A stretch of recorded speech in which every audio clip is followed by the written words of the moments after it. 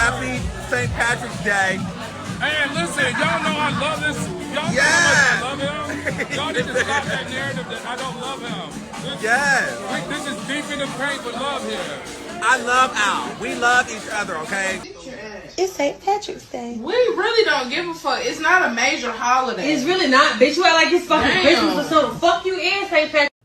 And this is March 19th to Claudia. So then they had a meeting that following day to get me fired. And Al went and told that I said that I went on a date with Justin and that's how I got the job. And he was so uncomfortable with me being on that show. You're a man of many talents, some of which include being messy, causing drama, and having a knack for making our workplace feel like a reality TV show. Al's got a unique ability to smile in your face, snap a picture, and go behind your back and talk about you to your coworker that he claims he hates. It's like he's got a PhD in two-faced study, okay? Due to Al's special relationship with management and his hypersensitivity, we are not allowed to talk about his failed marriage. So even though he's brought it up many times, I'll steer clear of that topic to keep my job. He's also a talk show host who's supposed to have all the strong opinion, but the guy can't form a thought without his notes. Seriously, I've seen grocery store lists with more spontaneous insight. And let's not forget his legendary struggle with names and words. It's like watching a toddler trying to pronounce spaghetti. Oh, and how could I forget Al's clout chasing antics? He's got all these celebrities friends, but the best part, none of these celebrities actually know they're supposed to be friends with him. About Al Reynolds. So let's just start there. I don't. A lot of people... Who is he? Well, I'm not going to ask you who Al Reynolds is, but the specific question that I see in here is, why is Al Reynolds so messy? Okay, you have to ask Al that question. Yeah, well, All right. I don't know. Can I just say my experience Yes. with this guy? I think his name was Al Reynolds. It was this light-skinned guy with like really large lips in like, we were at a bar and I was like, oh my God, no, I'm not even joking. This is so weird. Y'all know I'm the most honest. I was like, you look so familiar. I couldn't call his name. And I was like, gosh, who is this guy? I was like, hey, you look so familiar. And he said, I'm Lionel Richie. Oh. And I said, that's who you're not. And I walked away. So that's the only thing I know about that guy. I couldn't believe he said he was Lionel Richie. Like, what's wrong with him? Well, he's a huge A-list celebrity. Oh. So, I'm surprised you didn't... And as if that wasn't enough, Al is currently on a mission to get our talk show canceled. His nasty, childish, slightly jealous attitude is working overtime to torpedo our show. It's like he's auditioning for a soap opera villain role. But despite all the chaos, let's not forget it's your birthday, Al. Okay? So here's to you. May your future be as drama-free as your past has been drama-filled. Happy birthday, Al! That was a roast. That was ratchet. You killed the role. Thank you. I thought you were a comedian. I was nervous, but thank you. That means a lot coming from the roast master. Hey,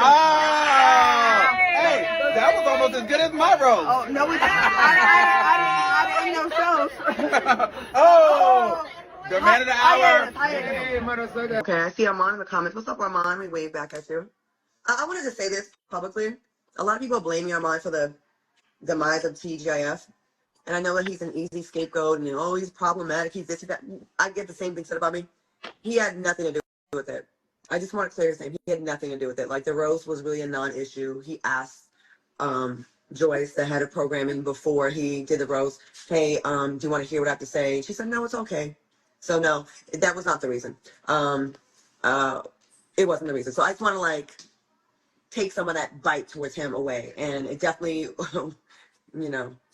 I wanted it to last. So, but 5 strong, good years at Fox Soul, fond memories. The people I got to interview, crazy. Like, my Rolodex is sick now. The people I know, the love that was shown. You came up with that show, with that idea, right? Yeah. So it's hard. Huh? So was it hard for you to lose it? I felt it was on its way. It was just like some of the things that were happening that, like behind the scenes and stuff. And I feel like it really was a funding thing more than anything. I think it was a money thing. I think that the network went 5 years, and eventually you have to have people that are bringing money to the platform, like big sponsorship deals to keep the lights on. Thanks to, people putting it out there, people know the salaries. Okay, those are 3 people that that are on camera, but then there's the behind the scenes people, there's producers, there's, directors, it's a big overhead. So if you're not bringing in a few $1,000,000 a year in revenue, you're gonna run into these. I had thought when I signed my last deal that June, July was when we were gonna go away, that we had enough funding till June, July. So I think the arguments and the fussing and the roast and all that kind of it gave a perfect opportunity for an off ramp. Like, you know what? What was your first thought? A battery was put in his back. Going back to our earlier conversation when I was talking about the maturity piece, that's the thing right there. Girl, shut the fuck up. You sound stupid as hell. I laid out for Armon everything he needed to do to be. I'm only immature because I didn't drag Claudia. Because let's talk about the battery. The battery was get Claudia's ass out of here and continue to make that bitch uncomfortable. And when I didn't do that, then I became immature because then me and Claudia were cool. Conspiring behind your back, but in your face, you were the one getting blamed for the ending of the show. I mean, of course it made me feel fucked up and sad. And like, damn, like, I was like, damn, this was all going on, like, behind, like, this was all really going on. Because actually when Funky left, I thought we were cool. And then he made a video where I'm like, I guess we're not cool. Because, like, it was sad when he left. And then he made a video to us saying, like, he still loves us. And then within a week, it was all my fault. And I didn't know, I hate when I don't know someone's feeling away, but we're still carrying on like all is good. Oh, and then later on you hear like all these that's how you feel about me? things that I didn't know, and I wish I'd have known sooner, you know. And it was hurtful, but what the fuck? Like, what can I do? I mean, I don't want to change my personality to turn into, well, fuck it, I ain't gonna look up for nobody anymore. Absolutely not. Because I'm not. That's on me. I am someone that, like I said, I actually enjoy. I enjoy like bringing opportunities to people. I love saying, "Hey, can I call you right now? Guess what, bitch? I got this. You know, I got something for you, or whatever. Or can you work on this project?" Yeah, of course I felt. I didn't know that this was all going on. I didn't know that these conversations were happening. So, of course I felt like. Speak louder, Claudia. Of course I felt like.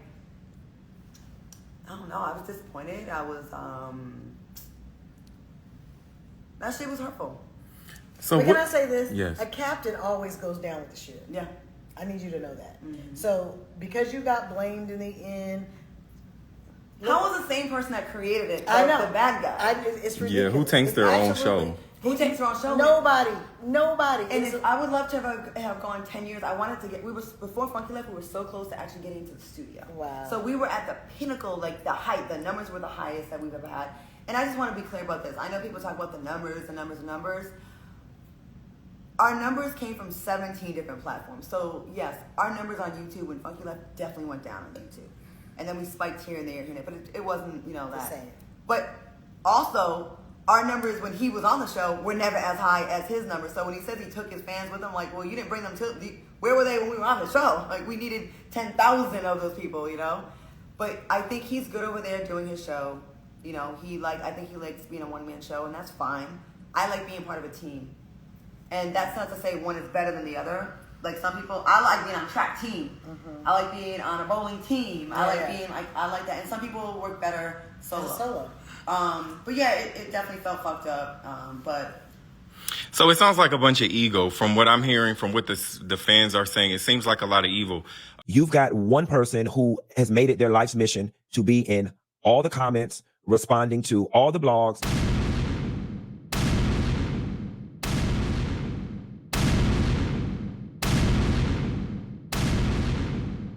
The first person to break the news that the show was canceled before the show was even officially canceled. The only person doing all the talking, notice everybody else is quiet. And thus, that's the person driving the narrative. Or something, yeah. And they're saying that he's talking about me. We don't care. Oh, Yeah, good. Good. No, yeah, I don't think so. They said I tarnished Al's name in a new video. Oh my God. I don't have to tarnish. Y'all gotta let go. Y'all gotta let it go. He tarnished his own name. Okay. Talk to me about shit. And I have not released my little receipts. I've never done any of that, so I've been leaving it alone. So leave me alone, leave you alone. Yeah. So how about that? Because I've been keeping it very classy and very cute. Yeah. I have not even yet to release the Kraken. I never did. And I think we should leave it like that The Kraken. You release the Kraken. I'm not raising my voice at you. Well, I am, because I'm upset. I'm tired of my EP not respecting how I feel. I'm tired of my EP talking shit about me. I'm tired of my EP acting like one thing in front of one group and one thing in front of another. Okay, I have a right to be upset. I asked you to please let me go. You will not let me go. Wow. So this is what you get. Star Jones's ex-husband, Al, you doing?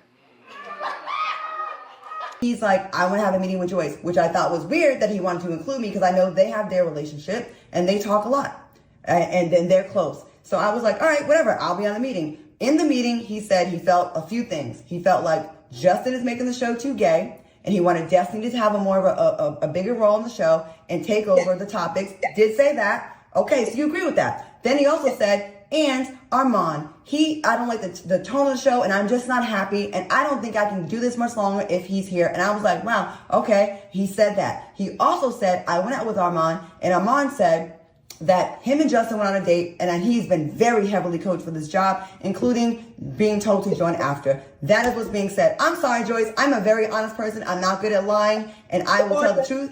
That's what was said in the meeting. We had this meeting. We did have a meeting. He did say that. I'm not even putting that on you. That's why I find it very odd that you're rushing to his defense and saying, no, shutting it down. He said it, Joyce. I'm a very credible person and I'm not a liar. I'm not. What you said, I agree with every single thing. Okay. That's a problem. Not a problem. Not a problem. So Joyce, you didn't tell me that he said that I am making the show heavily gay. As a manager, that is he did say that. And he said he wanted. He said he wanted Destiny to take over your role and to put her more in the position. You didn't tell me this, Joyce. Swear to God. Holy shit, girl, you crazy. They want to know about Al Reynolds. They want to know, someone said the truth has finally come out. Who leaked Al's rants? It's a lot of L questions in here. So we will get to all of that. All right, so Claudia, what's up with you and Al Reynolds? Who? Nothing. We have zero relationship. Do you think you casted Al Reynolds for the position and he got it and got the big head? There was definitely a change in confidence and arrogance that wasn't there in the beginning. It was more of a grateful place and then it turned to a different kind of, but that happens to people that don't have any experience in that field. Like if you're getting your first job in the business at 55 or however old he is, I mean, not everyone is equipped. Like some people when they get it, they're very like, great, oh my God, I can't believe this is happening to me. Yeah. And then some people like get it and then they feel like, Should have been. something the next day, issue a statement, things were, and he's supposed to be revealing his sources because sometimes they would not be accurate. And that would sometimes get us in some kind of trouble. Like we've had to apologize. One time he called this woman that's super popular on TikTok, like she was like a race, like a Trump supporter, and she's actually someone that fights against all the stuff that Trump says. Yeah. And it made us like so ridiculous all over TikTok. And then I had to come back the next day and apologize and all that kind of stuff. So, but that does happen on shows. But I would say the 6-month thing, he had got caught texting Nene saying, fuck Claudia. And at the time, we were in a good place with, this is before things were left. That's what really made us, like, it made me look at him different, like, if media work, all three of us were Right, together, and you just we're see on a the text show, like, and then I get a screenshot that Yeah. you're like, fuck Claudia, but we have to, like, be smiling on the show. It was hard for me to, like, get over that. I did eventually. I'm so confrontational. I would be like, we had a couple meetings. So this whole thing started with Al sending a text to Nene. Yes. Miss Leaks that leaked. Got back to you. She screenshotted it. Oh. And sent it back to him. He got scared thinking, oh shit, she's probably gonna send it to Claudia, so he had to come clean. So I said, just so I know, can you send it to me so I have it? And he was dumb enough to send it, so then I have it. Got you. And then he also like did this whole thing on his page. I just felt like, I don't think, because if you're friends with someone that I'm not friends with, that's fine. Like we don't have to all be. Yeah. But like what I do if there's two people that don't really rock with each other is I just be like, hey, just don't talk about my friend badly around me. Like I don't want to hear it. Right. And then tell them I don't, because this makes things complicated. Yeah. Guys, go back and look at the roast about me. They talk about I can't have kids and all kind of shit. They talk about my fertility. Yeah, so so and I'm getting to a point. So he made a comment on the fact that he thought it was basically disgusting. Time he talked about Chloe Bailey, and I wonder if he felt like that was as disgusting as well. So as someone who was on the show, what did you feel about the double standards that people had, that your co-host had? Here's the thing. when people like someone, none of the shit that they do bother them. Mm-hmm. Right. It's not disgusting. It's funny. Because you can clearly go back to 3 years of TGIF and find times where we talked. Well, some people on the show talk real bad about people and said some really Gross. He said it was gross. That's right. So, yeah. TGIF has talked about all kinds of shit that was gross. Including him. When he talked, didn't he call Chloe ugly? He did, and that was nothing we had to apologize. To me, that was way more gross than anything that, absolutely. It got crazy. And just like Alec, he was complaining about the level of the show was down since Armon is here. But when Funky was on the show, and we would have conversations about shooting behind dumpsters, sex parties. Who went to the bathroom behind the dumpster? Well, one of the cast members talked about his own experience. Like, and it was a running joke on our show. But my point is to say, we had a lot of immature banter.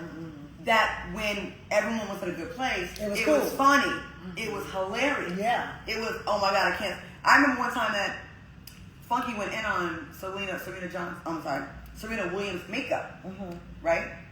Years later, when he's gone, and then the same topic comes up, Al's like, oh, I cannot disrespect a black queen. Like, he was on this, like, women empowerment thing.